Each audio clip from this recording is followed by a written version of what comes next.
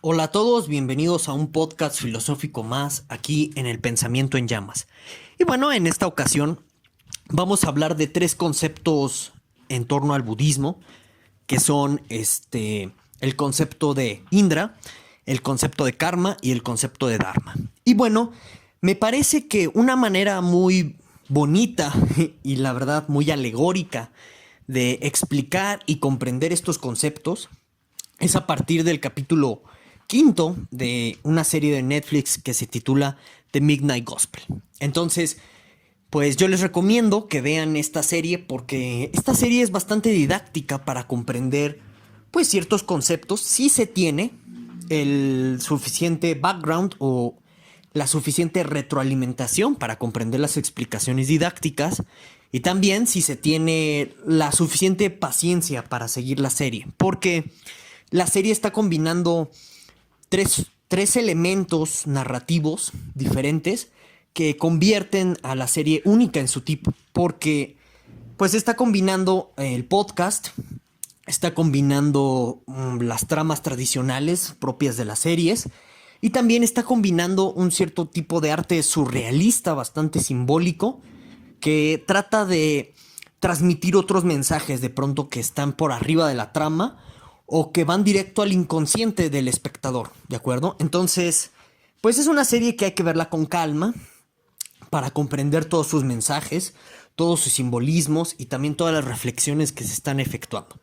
Y bueno, como les dije, vamos a aprovechar esta serie de Midnight Gospel para entender estos tres conceptos, ¿de acuerdo? Del budismo, que son Indra, Karma y Dharma, que a mi parecer estos tres conceptos son base para la religión budista, ¿de acuerdo? O sea, si tú no estás de acuerdo con alguno de estos tres conceptos, yo pienso que difícilmente se sostiene la religión budista y también difícilmente se sostienen cierto tipo de éticas New Age, que más adelante en este podcast vamos a hablar un poco de todas esas éticas que se siguen del New Age, ¿de acuerdo? Pero bueno, para usar bien la serie de Midnight Gospel de Netflix como recurso didáctico, sería bueno pues dar un poco de contexto sobre de qué va la serie o cuál es la trama principal. Pues el protagonista de la serie es un monito morado que se llama Clancy. Y bueno, Clancy tiene como una especie de canal de YouTube o algo equivalente. Y bueno, la particularidad de la especie extraterrestre de Clancy es que tienen la habilidad tecnológica de crear simulaciones virtuales y usarlas a su beneficio.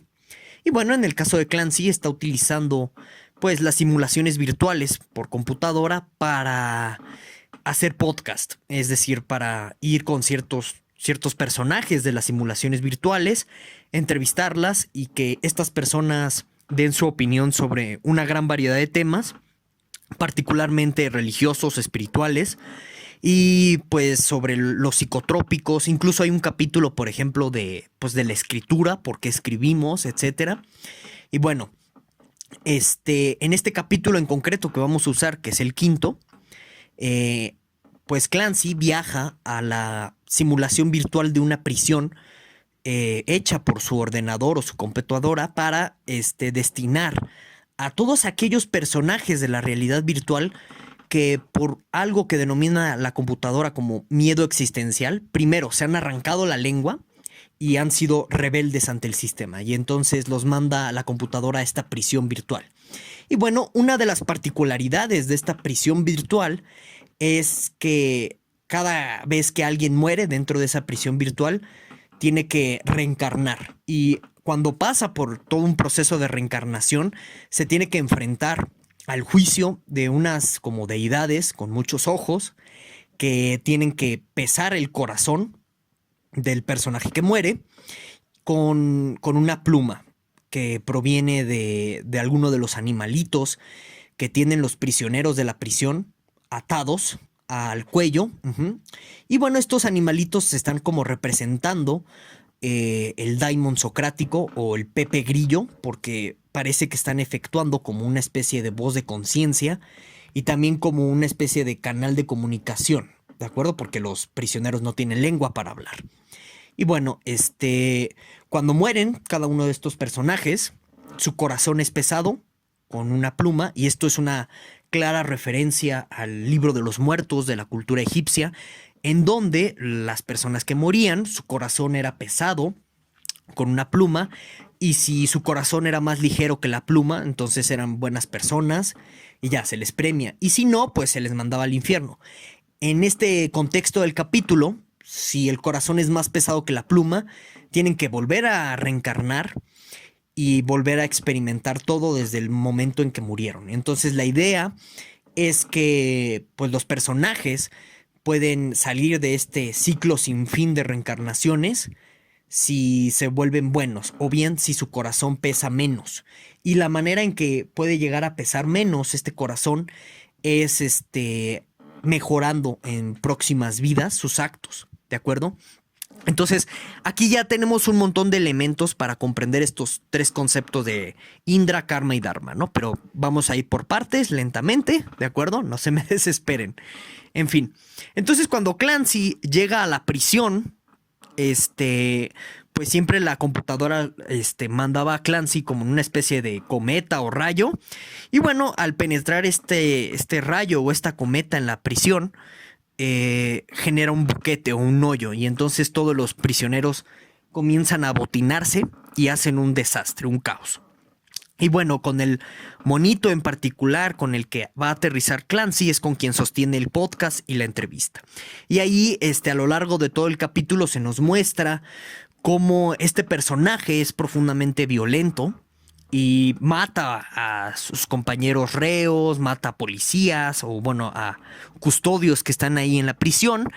Y pues esas acciones lo conllevan a morir una y otra vez, y regresa siempre en este ciclo eterno de reencarnaciones hasta que pues, llega un momento en el que se vuelve más pacífico, más tranquilo, sale de la prisión ya sea evitando el conflicto o aliándose con otros reos de forma pacífica, y de esta forma él logra romper el ciclo eterno de reencarnaciones cuando muere por última vez, ¿de acuerdo?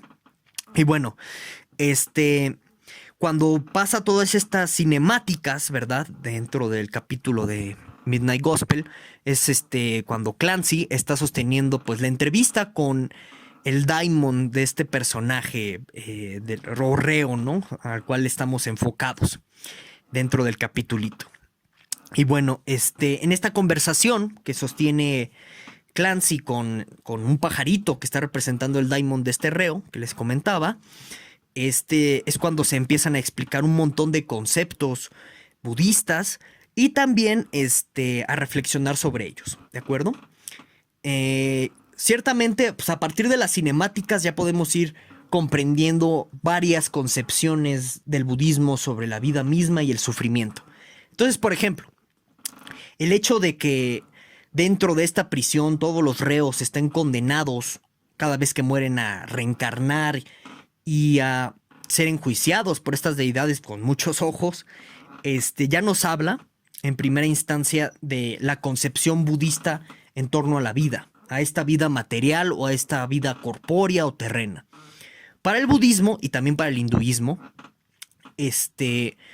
pues la vida material es un sufrimiento, es un castigo. ¿Y por qué? Pues porque como seres corpóreos o materiales nos vemos limitados. Y dentro de esas limitaciones surgen los deseos, surgen las pasiones, y todo eso nos conduce constantemente al sufrimiento por nuestras mismas limitaciones materiales y terrenas. Entonces, usando esa alegoría o esa metáfora de la prisión que se presenta en el capítulo de Midnight Gospel, es como se puede representar y comprender muy bien, como les menciono, esta concepción de la vida dentro del budismo. Es la idea de que si nosotros nacemos en esta realidad o en este mundo, es porque somos prisioneros en algún sentido de las limitaciones materiales y terrenas. Entonces, ya de entrada, comprendemos que el objetivo del budismo, tanto como religión como ética de vida, que no es necesariamente lo mismo, o sea, uno puede tener la ética de una religión sin ser religioso, ¿sí? Bueno, entonces una de las misiones del budismo es liberarnos de esta prisión terrena y material y en consecuencia liberarnos del sufrimiento, ¿de acuerdo? Para alcanzar algún estado de plenitud o paz interior. Ok, entonces aquí es cuando ya podemos ir explicando y comprendiendo el primero de los conceptos que dijimos al que íbamos a dedicar este podcast. Y este concepto es el de Indra, ¿de acuerdo? Bueno, entonces el pajarito comienza a explicarnos qué es Indra. O sea, el pajarito nos dice que Indra es un descubrimiento que hace el Buda. Y bueno, Indra es una red o una conexión que existe entre todo lo viviente. Entonces, de esta forma, comprendemos o tratamos de comprender con el concepto de Indra dentro del budismo que todo lo viviente está conectado de alguna forma, dentro de nudos, dentro de esta misma red, ¿de acuerdo? Entonces, vamos a dar un ejemplo intuitivo y claro para comprender esta red de conexiones que explica Indra. Por ejemplo, a nivel biológico, a nivel ecosistemas, me parece que es muy sencillo identificar el concepto de Indra, ¿no? Por ejemplo, en el ciclo del agua, todos los seres vivientes involucrados en el ciclo están conectados de una forma muy particular. Por ejemplo, los microorganismos que ayudan a transformar el CO2 o el carbono en oxígeno son los que ayudan a las plantas a que puedan hacer su ciclo de fotosíntesis por el carbono que arrojan, y a la vez las plantas, al recibir este carbono de las bacterias en el ambiente y de otros seres vivos, hace que las plantas puedan fabricar oxígeno y agua. Y esa agua, esa humedad, es lo que ayuda conforme a la evaporación del sol en el agua a formar nubes gaseosas. ¿De acuerdo? Y ahí es cuando el agua sube a estado gaseoso. Y entonces vemos en este pequeño ejemplo cómo para tener agua de lluvia se necesitan estar interconectadas un montón de especies y un montón de formas de vida. Entonces, la ilusión se generaría si tú pensaras que la planta es más importante que el microorganismo o que el microorganismo es superior a la planta. No, en realidad, dentro de este pequeño ejemplo del ciclo del agua, todo está interconectado y todo funciona de tal manera que es uno. ¿Qué quiere decir esto? Que no es importante o no es más importante la planta que el microorganismo, porque en razón al propio ciclo del agua que estamos tomando por ejemplo, hace que las plantas y los microorganismos estén tan interconectados que sean una sola forma de ser conciencia, o más bien una sola forma de generar vida.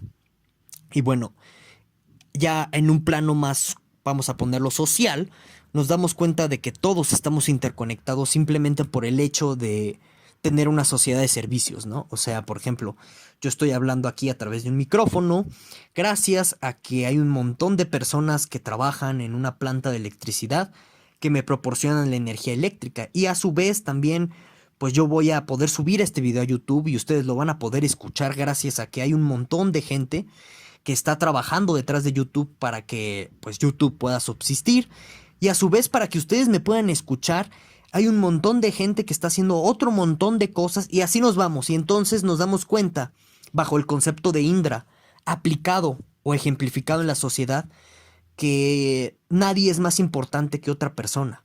Que todos, en virtud de que estamos profundamente interconectados, al menos por esta sociedad de servicios, todos fungimos un papel igual de importante. Somos un eslabón, por así decirlo, perfecto, dentro de una maquinaria hipercompleja en donde todas las piezas y todos los engranajes giran y se mueven de tal manera que todos en la sociedad somos uno. Y bueno, eso ya aplicado a nivel sociedad. Entonces ya pasamos, o bueno, ya vimos ejemplificado el concepto de Indra en un ecosistema biológico, particularmente en el caso del ciclo del agua. Ya lo vimos en el caso de la sociedad, y ahora lo podemos ver a escala cosmos. ¿En qué sentido? Bueno, pues por ejemplo, si ustedes analizan la Tierra y la Luna, hay un montón de fuerzas gravitacionales que hace que se atraigan y se repelen mutuamente. Y si se van aumentando la escala macrocósmica, se darán cuenta que hay más fuerzas gravitacionales entre cada uno de los planetas, entre Júpiter y entre todos los planetas vecinos, también entre el Sol y Mercurio, y a su vez el sistema solar está en constante equilibrio de fuerzas de repulsión y atracción con otras galaxias, y estas galaxias con más galaxias. Y entonces vemos, por ejemplo, que en la gran escala del cosmos todo está interconectado de alguna forma. Y ahí está presente Indra, ¿de acuerdo? ¿Por qué? Porque vemos que todas las cosas de la existencia existen como una compleja red de conexiones. Entonces, a partir de este concepto, Buda, como explica el pajarito de la serie esta de Midnight Gospel, Buda se da cuenta que es una ilusión por completo sentirnos como seres individuales. Entonces, esta es la primera ilusión que nos genera esta realidad terrena, corpórea, que como les acabo de mencionar, dentro del budismo se ve como una especie de prisión limitada. Eh, Dentro de la gran red Indra, también la conciencia, como este conjunto que podemos interpretar o entender como un conjunto de mis pensamientos, mis sentimientos, mis intenciones, mis planes, todo eso, ¿sí? La conciencia también está interconectada con otras conciencias. Entonces aquí el concepto de Indra se puede volver un poco más complicado de entender, porque de entrada, por ejemplo, nosotros que somos occidentales, pues fuimos educados bajo la idea de que, ¿sabes qué? Mi yo, entendido como todo este conjunto de estados mentales o bien de conciencia, pues es indiferente, es diferente a otros yos. O sea, por ejemplo, ustedes, su mente, no es la misma que mi mente. Porque si fuera la misma, diríamos en primera entrada, que podríamos los dos sentir lo mismo, pensar lo mismo, incluso podríamos hasta leernos nuestras mentes, ¿de acuerdo? Y decimos, no, pues ese no es el caso, entonces cada uno de nosotros tenemos una conciencia individual y separada. Y bueno, el concepto de Indra nos hace darnos cuenta que esa es una ilusión, que es un engaño.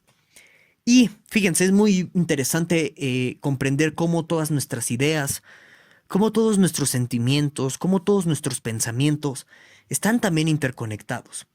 Por ejemplo, yo puedo de pronto sentirme deprimido o triste con la vida, o al revés, muy alegre y muy satisfecho con la vida. Pero este sentimiento en particular está interconectado con otros sentimientos que me rodean. O sea, por ejemplo, si mi mamá, si mi familia se siente triste, se siente mal, esos sentimientos que de pronto podríamos considerar como independientes a mis sentimientos, me están afectando. Y en ese sentido, no son sentimientos ajenos a mí. De hecho, son sentimientos que nos permiten hablar de un sentimiento compartido. Entonces, la tristeza, por ejemplo, es un sentimiento que está presente tanto en la persona que sufre como en la persona que observa ese sufrimiento. Y entonces de esta forma hablamos de una conciencia colectiva, pero no solamente colectiva, es una conciencia con el todo. Y el concepto de conciencia a partir de Indra se va profundizando cada vez más, porque todos mis pensamientos, todos mis deseos, todos mis sentimientos provienen o se conectan en algún sentido con los pensamientos, los sentimientos y los deseos de las demás personas. Un claro ejemplo, no sé, si yo tengo deseos o tengo apetito de comerme una hamburguesa de McDonald's, bueno, ahí es bastante claro que fue McDonald's quien me puso ese deseo.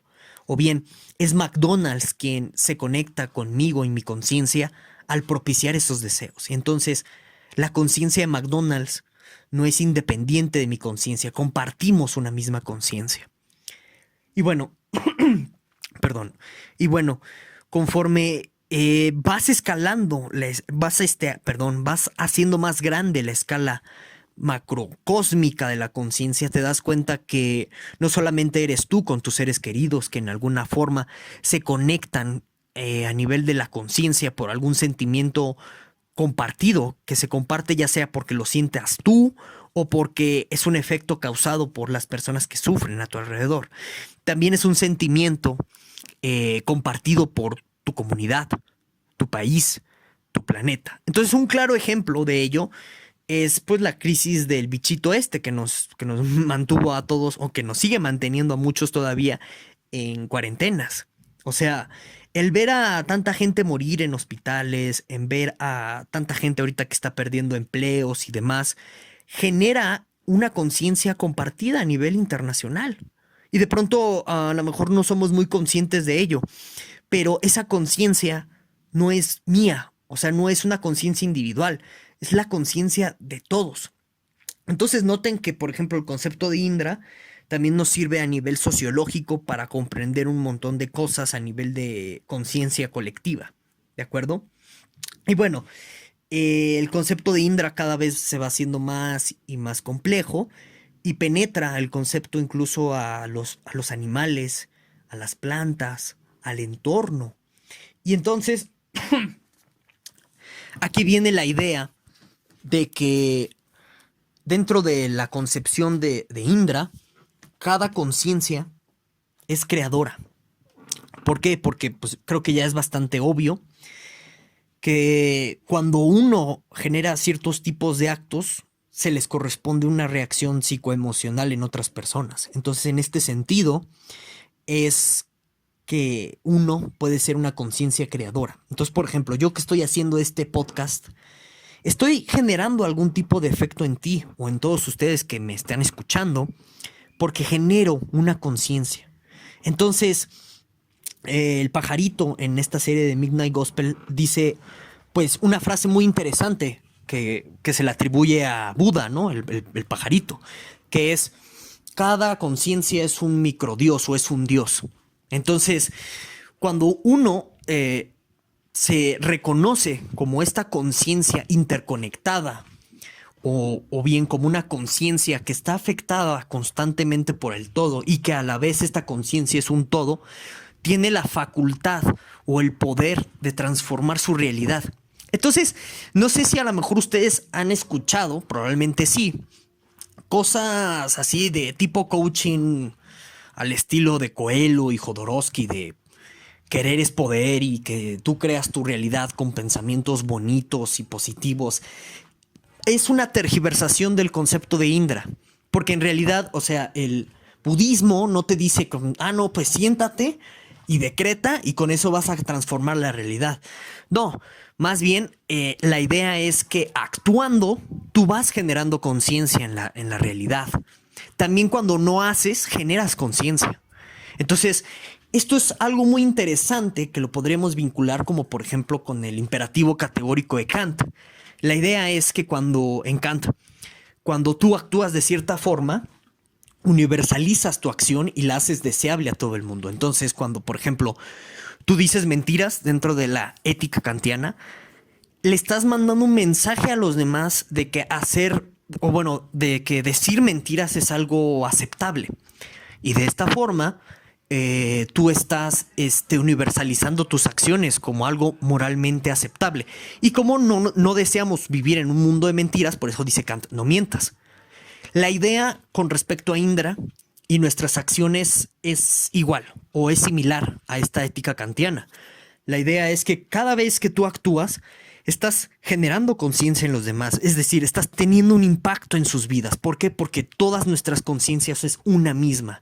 Y en este sentido es en la que todos estamos interconectados. Y entonces ya empiezan ustedes a notar, espero, que hay consecuencias ya éticas si tú aceptas el concepto de Indra. ¿De acuerdo?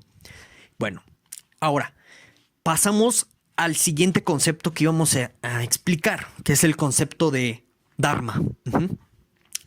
Primero Dharma y luego Karma. Y ahorita vamos a ver por qué es conveniente entender Dharma y después Karma. Porque a veces, pues la gente habla ya coloquialmente de karma como una especie de castigo que se retribuye por tus malos actos, sin entender primero el concepto de Dharma. Bueno, entonces, en otra vez, tomemos el recurso didáctico del podcast, que es este capítulo de Midnight Gospel. O sea, cada vez que el personaje de la prisión muere, y muere de una forma violenta, y cada vez que es juzgado por estos dioses ojones, sufre este personaje, es porque no ha comprendido su dharma. ¿Y qué es el dharma? El dharma es nuestro deber frente a los otros, ¿sí? Y bueno, la idea del dharma no va vinculada necesariamente con la idea de la moralidad. Es decir, que si en tu moralidad particular, ¿no? O de tu comunidad, como, no sé, vamos a suponer que tú naciste en Medio Oriente y dentro de esa moralidad te dicen, no, pues está bien apedrear mujeres. Eso, o sea, seguir ese mandamiento no necesariamente es cumplir con tu dharma. ¿Por qué? Porque el dharma trasciende a eso. O sea, por eso es muy importante entender primero el concepto de Indra. El concepto de dharma trata de romper las ilusiones en torno a Indra. Es decir, para que tú cumplas con tu dharma, con tu deber, tienes que comprender primero cuál es la función de tu existencia. Y para eso está el concepto de Indra. O sea, si uno como ser individual dentro de un colectivo, dentro de una sociedad, ha creado la ilusión de la individualidad, nuestro dharma primordial es romper esa ilusión y llegar a Indra. Entonces, este es uno de los primeros retos del budismo. Y entonces, una forma predilecta para alcanzar el dharma de cada uno de nosotros como seres que de hecho dentro del budismo somos seres de conciencia compartida o somos una única conciencia cósmica, ¿sí? Y ya sé que esto suena como Coelho, pero ya creo que ya con las explicaciones que di, espero no se me vincule a ese tipo de discursos, por favor. Bueno, entonces el pajarito de Midnight Gospel lo explica bastante bien, que una de las funciones primordiales del budismo en la meditación que se va a diferenciar del hinduismo es que el budismo, cuando medita, trata de romper la ilusión en torno al Indra. Es decir, que la idea del budismo en los ejercicios meditativos, que es ir paulatinamente rompiendo la ilusión de la vida para que tú comprendas que muchas cosas que te acontecen, que te hieren, que hacen que sufras, no es más que el producto de tu individualidad. Entonces, la meditación budista tiene el objetivo de encaminarte a la idea de que aceptes la realidad como es. ¿Y cuál es la realidad como es? Pues Indra. Es decir, la meditación te tiene que ir encaminando a la idea de la interconexión del todo. Y entonces, pues el budismo desarrolla una serie de técnicas de meditación que no necesariamente tienen que ver con esta cuestión de los cuarzos y de cierra los ojos y crúzate de piernas, una pierna atrás de la nuca. No. Eso, mis queridos espectadores, es producto de marketing occidental. O sea, esa fue la forma en que en la que Occidente explotó a las culturas religiosas orientales para venderlas. O sea, tratando de presentarlas así como, no, pues sabes qué cuarzos, no, pues sabes qué veladoras, ¿no? No, pues sabes qué mantras. O sea, todo eso tiene un significado religioso muy profundo y que claramente están encaminados a que tú te dirijas hacia Indra, es decir, hacia la suspensión del juicio de la realidad como una entidad individual. Están encaminadas a eso. Pero la cuestión aquí es que, pues, no necesariamente meditar significa eso dentro de ciertas corrientes budistas. Por ejemplo, cuando uno está haciendo filosofía o está filosofando, lo que estás haciendo es un acto de cuestionamiento en torno a tu realidad. Y en ese sentido, esto me lo explicó alguna vez un un budista de aquí del Centro de Meditación de la Ciudad de México me estaba diciendo que cuando uno está filosofando, que es este acto de estar cuestionando esta realidad, que para el budista es una ilusión y una prisión, lo que está haciendo uno es meditar. Entonces, puedes tú meditar sin necesidad de prender veladoras, siempre y cuando esta meditación vaya encaminada a Indra. ¿Qué quiere decir esto? Que esta meditación vaya siempre orientada hacia disolver las ilusiones de la individualidad. Y entonces, en este sentido, vamos a poner un ejemplo práctico, ¿no? Para comprender cómo la meditación nos hace comprender nuestro dharma. Y nuestro dharma es llegar a la aceptación de esta realidad, sin ilusiones de individualidad. Vamos a poner un ejemplo práctico.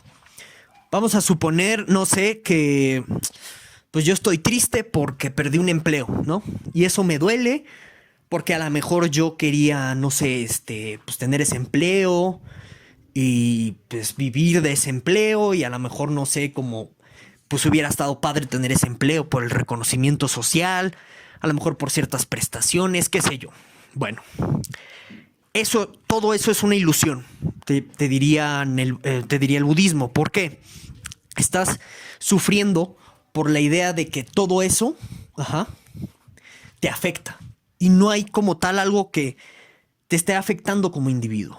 O sea, todo ese tipo de cosas te suceden como sufrimiento porque no te das cuenta que en realidad no hay algo como tú o como un yo individual que está sufriendo. En realidad lo que hay ahí es conciencia. Es una interconexión con muchas cosas más. Y entonces, si tú te diluyes en torno a esta conexión compleja, vas a poder dejar de sufrir. Y bueno, y ustedes se pueden preguntar, a ver, ¿y cómo me podría diluir dentro de todo eso? Bueno, pues notando, por ejemplo, que tienes relaciones significativas con tus seres amados, y como generador de conciencia que eres con tus acciones, cuando estás deprimido puedes generar conciencia, una conciencia deprimida en tu entorno, y entonces haces que tu sufrimiento ya no sea tuyo, sino que sea de todos. Y en ese sentido, ahí es cuando te das cuenta de que Indra está presente, ¿no? Esta idea de que el todo es uno y el uno es todo. Y que al final del día, al haber un mundo interconectado, ¿sí? Tú tienes más cosas por las cuales vivir y más cosas por las cuales actuar, que simplemente, no sé, el trabajo, tenerlo por reconocimiento social o para vivir directamente de ello. Puedes vivir de otras formas, ¿sí? ¿Por qué? Porque no es el fin de nada. Como todo está interconectado, incluso hasta tu vida material también está interconectada, ¿sí? Y ya lo vimos en los ejemplos sociales, ¿no? Con esta cuestión de las sociedades, con esta cuestión de las sociedades de servicios y con la cuestión de los ecosistemas. Como todo está interconectado, en realidad nunca es el fin de nada. Entonces, también uno de los principales problemas del yo agónico o del yo que está sufriendo es la idea de la finitud. O sea, de que si a ti te ocurren ciertas cosas, es el fin de todo, ¿no? Es el fin de mi trabajo, es el fin de mis relaciones maritales o amorosas, es el fin de no sé, de mis amigos, qué sé yo. Entonces, eso sucede cuando piensas que solamente esas relaciones son tuyas, o cuando piensas que esas relaciones nada más te conciernen a ti. Y ahí es cuando justo se genera la idea del apego, a la cual está en contra el budismo. El budismo te dice desapégate. Y una forma del desapego es notar justo que dentro de la gran, dentro del gran marco de la conciencia y de Indra, nunca nos pertenecemos a nadie, ni las cosas ni las personas nos pertenecen, ¿sí? O que no solamente le pertenecen a una persona, sino más bien que todos nos pertenecemos a todos, ¿sí? Y de esta forma te das cuenta que lo que va, viene, va, viene, va, viene, y entonces nunca es el fin de nada, ¿sí? Entonces, ese es como un caso práctico de cómo este tipo de reflexiones, que bajo la concepción de esta persona budista que yo les platicaba que conozco, puedes decir que estás meditando, ¿sí? Cuando haces este tipo de reflexiones y no necesariamente estás prendiendo veladoras ni escuchando mantras ni nada por el estilo, ¿me explico? Así puedes entender la meditación como un acto de filosofar. Y bueno, me parece que con todo esto ya podemos comprender muy bien qué es el Dharma. Ahora, ya podemos proceder a comprender el concepto de karma, recurriendo otra vez a nuestro ejemplo didáctico de la serie de Midnight Gospel. Notamos que el concepto de Dharma implica un deber, ¿no? Y nuestro deber es vencer las ilusiones en torno a Indra. Karma simplemente es un concepto derivado del Dharma que significa consecuencia, en última instancia. Es decir, cuando tú no tienes la capacidad de cumplir con tu Dharma, que es vencer a la prisión terrenal, que no es más que una ilusión de individualidad, estás condenado al sufrimiento. ¿Sí? Es decir, estás condenado a quedarte en la misma prisión. Y eso es lo que le pasa al muñequito, o bueno, a este prisionero que vemos en la serie de Midnight Gospel. O sea, siempre está condenado a regresar a la misma situación original, ¿sí? En cada acto de reencarnación. Entonces, dentro del budismo, pues se sigue una escala o una jerarquía de reencarnaciones que trata de explicar cómo es posible la existencia después de la muerte, a partir de los conceptos de Dharma y Karma. O sea, se supone que dentro del budismo tú vas reencarnando según tu karma. Es decir, cuando tú no vas cumpliendo con este Dharma, que es romper la conciencia individual, tú vas a ir reencarnando no como un castigo, sino más bien conforme a las consecuencias del karma. Es decir, si en esta vida, vamos a suponer, tú tuviste mucho apego al licor, ¿no? Vamos a ponerle así.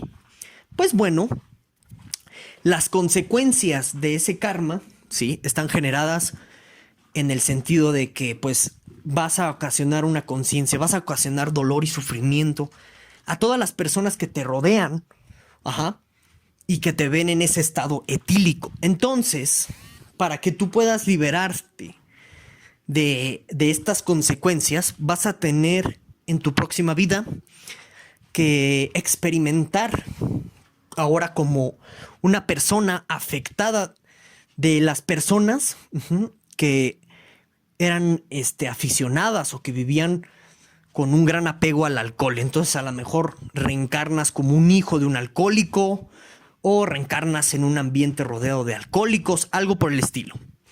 ¿Y cuál es la intención de eso? Es ver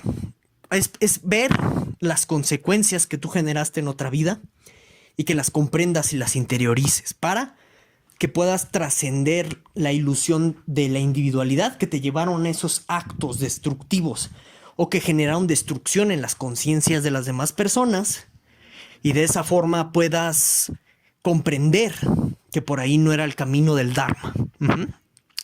Y si lo haces bien, en tu próxima reencarnación, no estarás rodeado de esas consecuencias ya. Entonces no nacerás en un ambiente de alcohólicos o no nacerás como hijo de un alcohólico, ¿sí? Y aquí una cuestión que siempre ha generado intriga, en la cuestión de la reencarnación dentro del budismo, son dos cosas. La primera es, bueno, ¿y cómo yo voy a comprender mis errores de mi vida pasada para enmendarlos en la siguiente? Si en el mismo tránsito de la reencarnación, pues yo ya olvidé mi vida pasada. Entonces aquí vienen pues un montón de cuestiones que la verdad son charlatanerías, así de tipo de regresiones psicológicas a tus vidas pasadas, que lo que generan en las personas son efectos psicodélicos, ¿no? Porque llegan a hacer esas regresiones con ayahuasca y un montón de plantas alucinógenas. Entonces, en realidad, pues, no hay regresión de nada, te estás alucinando. Pero bueno, todo este tipo de cosas, ¿no? Que hipnosis regresiva para tus vidas pasadas, que el audio para saber cuál fue tu vida pasada. Son en realidad charlatanerías y estafas. En realidad no se trata no se trata de que tú recuerdes tus vidas pasadas. Se trata de que dentro de la concepción de karma, entender cuáles son las consecuencias que te están rodeando para que tú puedas comprender qué es lo que tienes que superar en esta vida. Porque dentro del budismo, cada quien nace en un entorno que refleja las consecuencias de los actos de otras vidas pasadas, como ya lo vimos en el ejemplo de la persona que nace en un entorno de personas alcohólicas, ¿de acuerdo? Dentro de este entorno, la persona tiene que darse cuenta de que en su vida pasada fue un alcohólico y por eso nació en un entorno de alcohólicos. Pero aquí es muy importante entender esto. El karma no es un castigo, simplemente es una ley de acción-reacción, de dharma siendo la acción y karma siendo la reacción, es decir, la consecuencia. Entonces, si tú incluso haces actos buenos, sigue habiendo karma. Y si tú haces actos malos, también sigue habiendo karma. Karma nada más es una forma de decir responsabilidad, es una forma de decir consecuencia, es una forma de hablar de todo el entorno afectado por tus acciones, ¿no? Acorde al concepto de Indra, que ya lo explicamos. Entonces, de esta manera, tú puedes darte cuenta del dharma no cumplido en tus vidas pasadas, viendo el entorno en el que tú naciste. Entonces, hay muchas novelas, por ejemplo, que reflejan este concepto. Yo creo que esta cuestión de la reencarnación en vidas siguientes, donde apareces en entornos ocasionados por ti en una vida pasada, es un aspecto que se presenta muy, muy a menudo en ciertos radares sociales, incluso en ciertos árboles genealógicos. Por ejemplo, la novela de Pedro Páramo de Juan Rulfo. O sea, tú ves constantemente pues ciertos actos repetitivos a través de generaciones, que son pues negativos, pero que se dan justamente por una cuestión de educación y de cultura. Por ejemplo, en Pedro Páramo, Pedro Páramo pues era un hacendado bien cabrón, ¿no? O sea, que abusaba de la población, ¿no? de Comala, y su hijo Miguel Páramo era exactamente igual. Entonces, ¿esto qué te dice? Que hay ciertas cuestiones de herencia generacional que se van transmitiendo generación tras generación, y en este sentido no se va a poder romper esa cadena de transmisión hasta que llegue una persona dentro de ese árbol genealógico y diga: hasta aquí, yo no voy a ser así.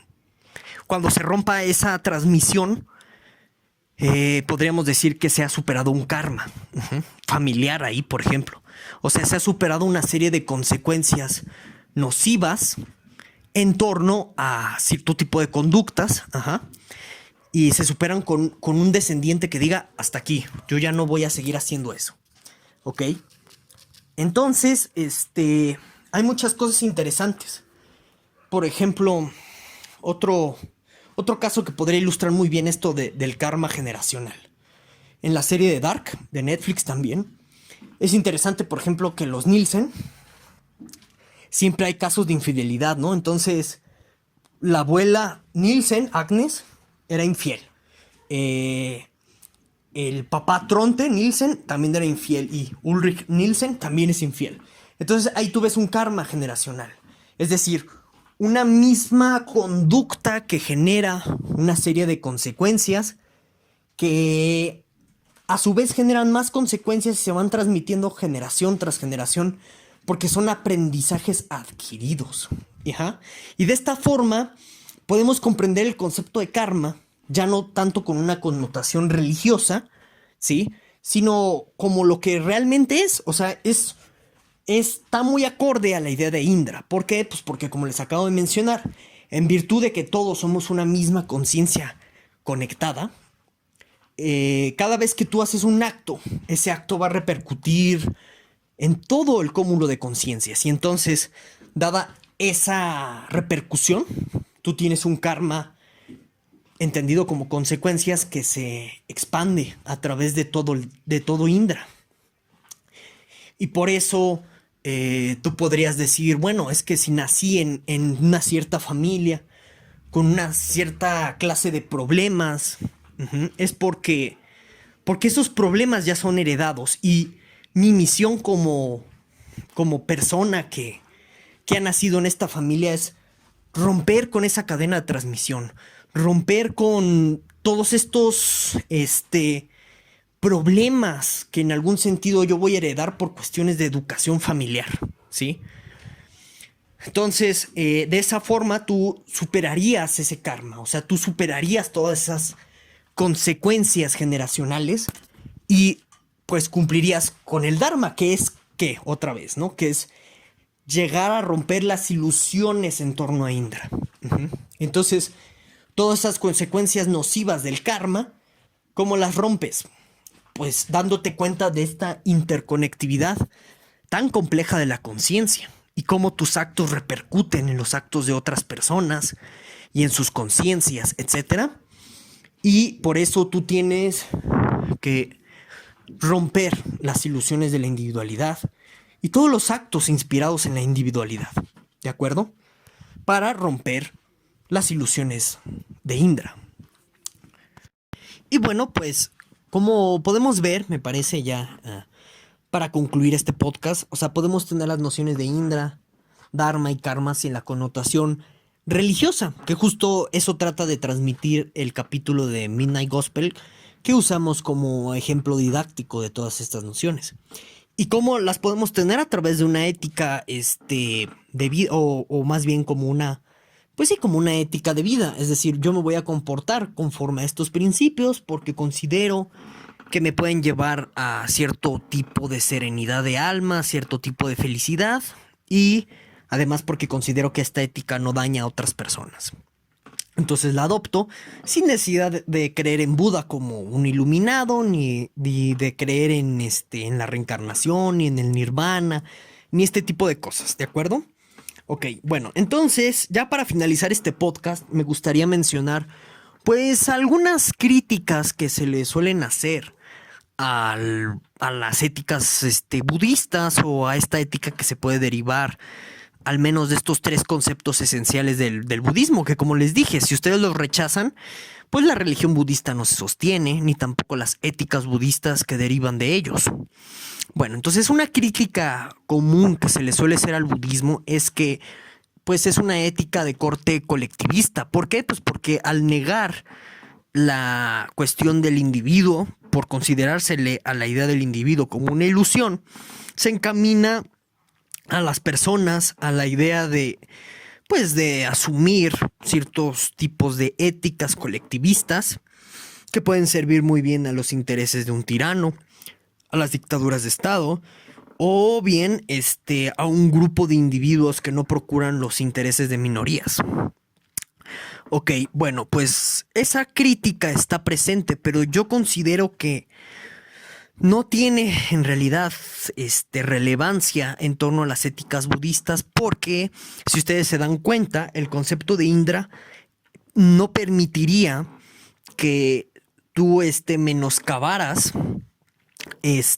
a individuos con intereses concretos. ¿Por qué? Pues porque para empezar, a pesar de que en las éticas budistas, perdonen ustedes, reconocen que la idea de individualidad es una ilusión porque todos estamos interconectados, no significa eso que digas que pues ya, vamos a aplastar a las personas, no. O sea, la idea de decir eso es que tú comprendas cómo tus actos se interconectan con las conciencias de otras personas y a su vez tus actos también se transforman en actos colectivos y en actos de otras personas. Por eso yo les mencionaba mucho la idea del imperativo categórico de Kant, que es como una manera en la que podemos asimilar la idea del Dharma, ¿sí? Sí, por eso les mencioné esa analogía con Kant. Entonces, por eso yo considero que no se sigue una justificación a cierto tipo de estados totalitarios a partir del budismo, porque siempre tú tienes la cuestión de la repercusión de tus actos en la conciencia de los demás.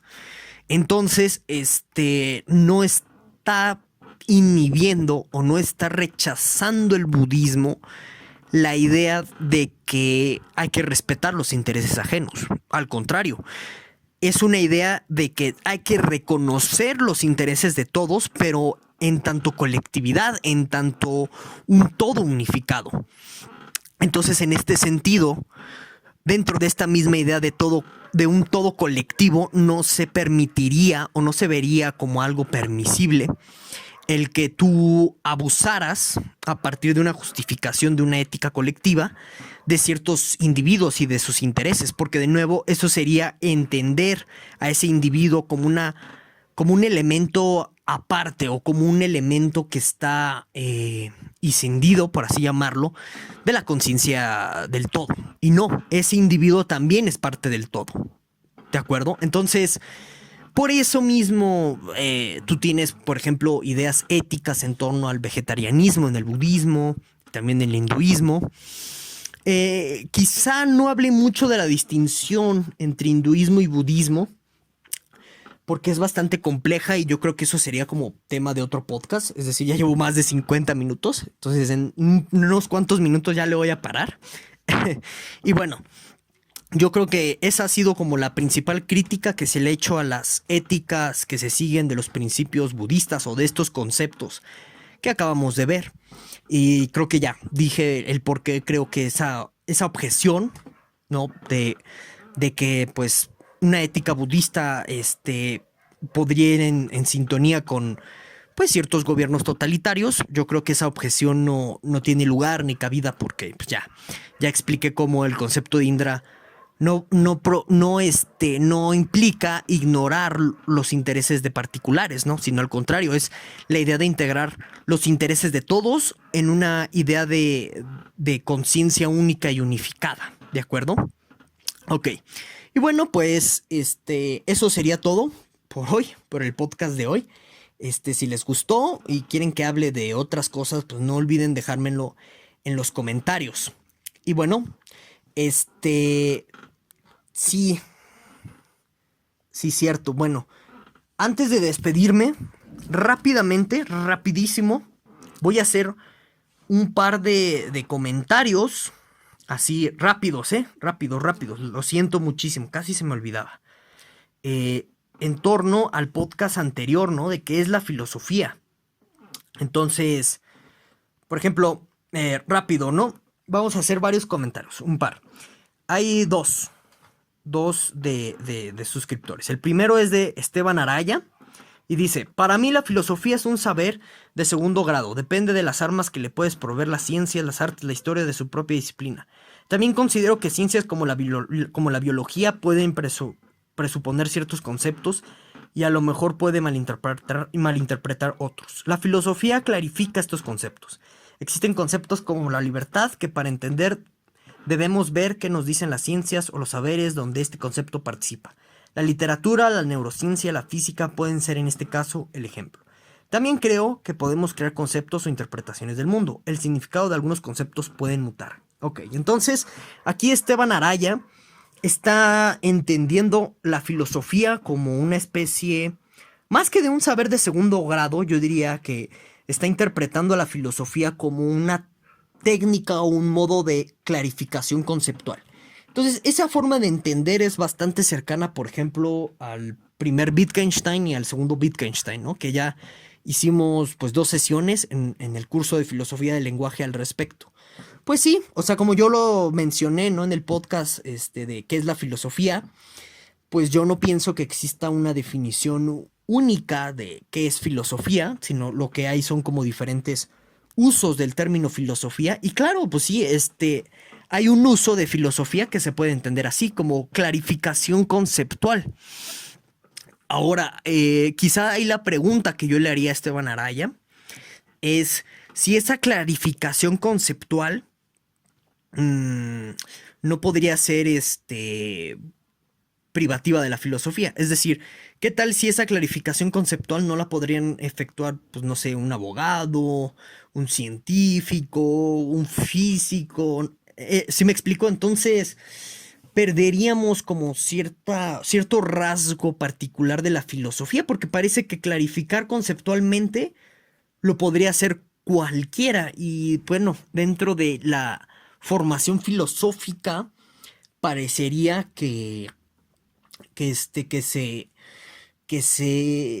que se perdería toda la utilidad de los conocimientos filosóficos que tú tienes y cualquiera puede hacer clarificación filosófica sin dichos conocimientos. O a lo mejor no se podría, no sé, hay que me diga Esteban Araya qué piensa y también ustedes los que están escuchando el podcast, ¿no? Bueno, entonces ese es un comentario del podcast anterior. Ahora, otro. Dice Guadalupe Hernández. Y si la pregunta fuera, ¿cuál es el objeto de estudio de la filosofía? Ok. Pero hay una diferencia entre definir qué es algo como disciplina, o sea, qué es una disciplina y definir su objeto de estudio. No siempre va de la mano la definición de la disciplina con su objeto de estudio. Por ejemplo, podrías definir a la biología como el estudio de la vida y sin embargo, pues hay biología no orgánica, es decir, biología que estudia, o sea, que tiene como objeto de estudio elementos, pues no orgánicos, o sea, es decir, cosas que no están vivas, como, no sé, rocas. Dentro de esa biología no orgánica, pues podremos encontrar todas estas como ramas, como que se relacionan mucho con la geografía, que es la geología y demás, ¿no? Entonces no siempre va de la mano.